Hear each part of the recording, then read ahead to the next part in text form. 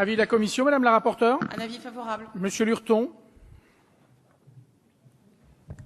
Oui, merci Monsieur le Président. Je partage totalement les objectifs de cet amendement qui montre encore une fois combien la loi ALUR peut être préjudiciable pour la construction de logements dans notre pays. Ses conséquences pour le bâtiment et les travaux publics se feront, à mon avis, durement ressentir au mois de septembre prochain et je veux une nouvelle fois vous alerter sur les inquiétudes profondes de ce secteur. Et pourtant, ce n'est pas faute de l'avoir dit au moment de la discussion de cette loi, ici même, en séance à l'Assemblée nationale. Vous pourrez constater, Monsieur le Ministre, en reprenant nos interventions, combien nous vous avons alerté, combien nous avons alerté la ministre du Logement du précédent gouvernement sur les conséquences de cette loi, sur la chute des constructions de logements qu'elle engendrerait et sur la chute aussi des transactions immobilières. Les faits nous donnent aujourd'hui raison. Votre amendement en est la démonstration et je regrette que la ministre du Logement ait refusé d'entendre nos propos. Mais pire encore, la loi ALUR d'application immédiate, sans période transitoire, provoque aussi des mécontentements des maires d'un grand nombre de communes qui ont initié une révision de leurs plans locaux d'urbanisme et qui, au moment du vote de la loi, se trouvaient après enquête publique en phase d'approbation du PLU. La loi ALUR a en effet encadré le régime des STECAL, ces secteurs de taille et de constructibilité limitée, possibles en zone agricole et naturelle, ne peuvent dorénavant être autorisés qu'à titre exceptionnel.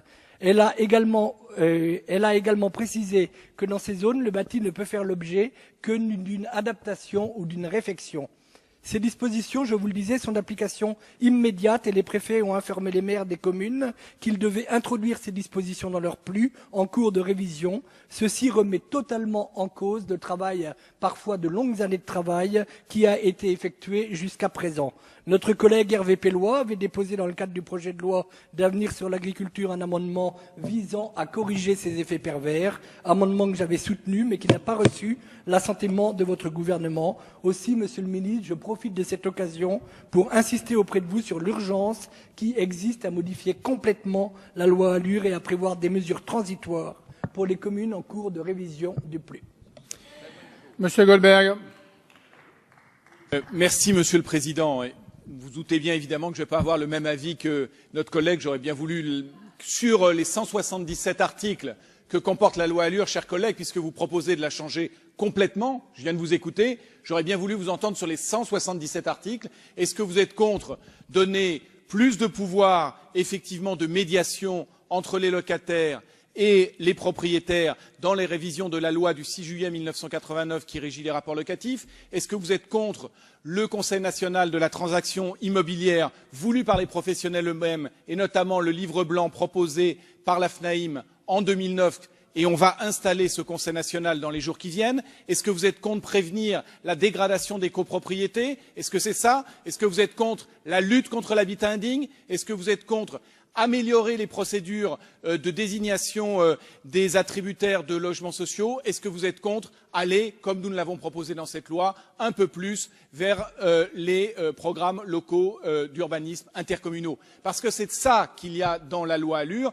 J'entends que vous revenez sur un certain nombre de points qui sont entendus ici ou là, mais j'aurais bien voulu qu'on les discute au fond, dans les deux lectures, dans les commissions, dans l'hémicycle, sur chaque point précis sur lesquels le débat a eu lieu. Si vous me permettez,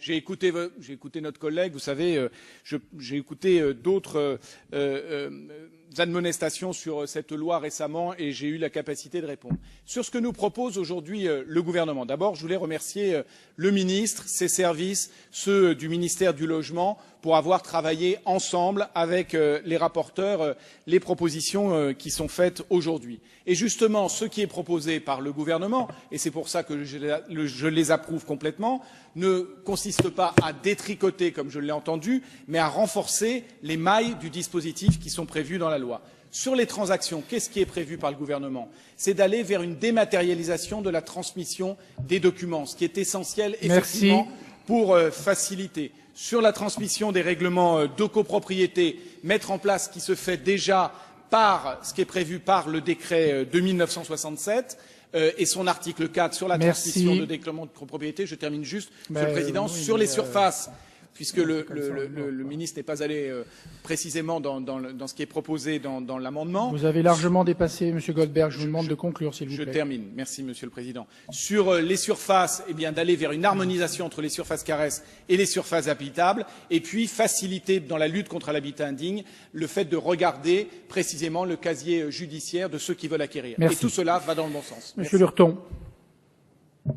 Quelques secondes seulement, je constate simplement que chaque fois que nous avançons sur la mise en place des dispositions de la loi Allure, nous rencontrons partout sur les terrains des difficultés et que sur le fait de sur le vote de la loi, à chaque fois, nous sommes intervenus pour dire à la ministre toutes les difficultés qu'allait poser cette loi. Moi-même, j'ai été présent pendant toute la durée de l'examen de cette loi, pendant toutes les lectures dans l'hémicycle, et je me souviens très bien être intervenu sur tous ces points. Et c'est vraiment très rare d'avoir une loi qui s'applique sans mesures transitoires pour les mesures qui avaient déjà, pour les communes qui avaient déjà avancé dans l'élaboration de leur plus. Vraiment, je pense que si le gouvernement ne veut pas nous écouter sur ce point cette fois-ci, eh bien, je suis persuadé que d'ici quelques semaines, nous y reviendrons parce que je vous assure que vous allez en réentendre parler.